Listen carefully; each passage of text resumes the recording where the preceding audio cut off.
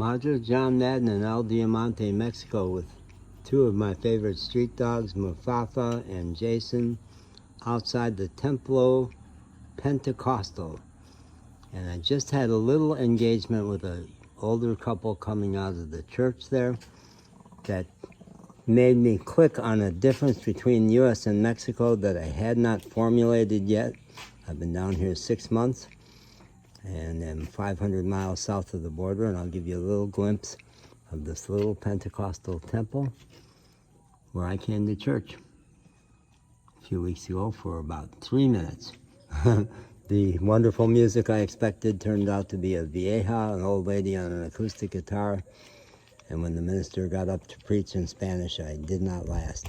But yesterday I got my car back after 3 months of being broken down. But it was too late, too dark to go anywhere, really. She's not holding on to anything.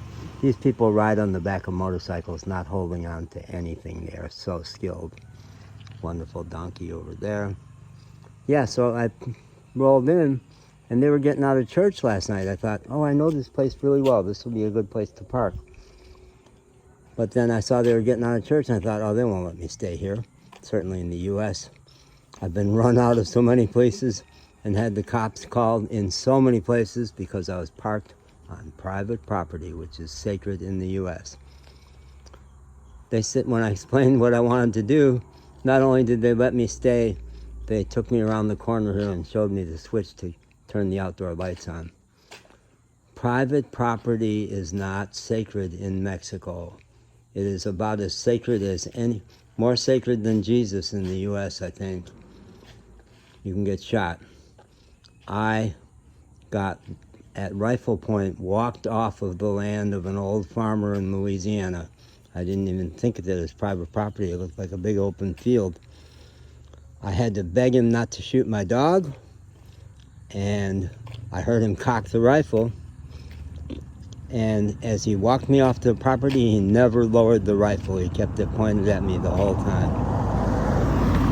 That was about as iconic as you can get about how folks in the U.S. relate to private property.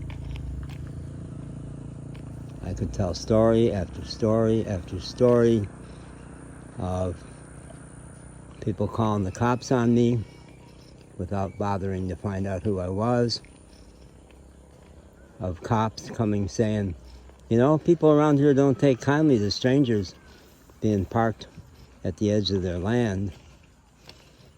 In Louisville, Kentucky, time after time, I got damn near arrested. Cop threatened to impound my vehicle for being in the parking lot at the edge of a public park. Yeah. Very edgy about people who don't belong. You ain't from here. Different in Chicago.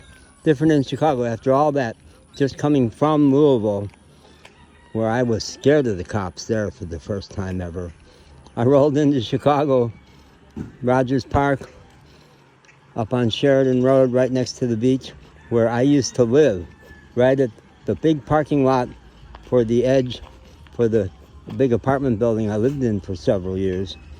It was Park District property, and that's exactly what I could not do in Louisville. I asked the two Latino cops sitting there in a cruiser if I could stay there. And they said, sure, it's a public park, man. Yeah. I said, well, the sign says I have to feed the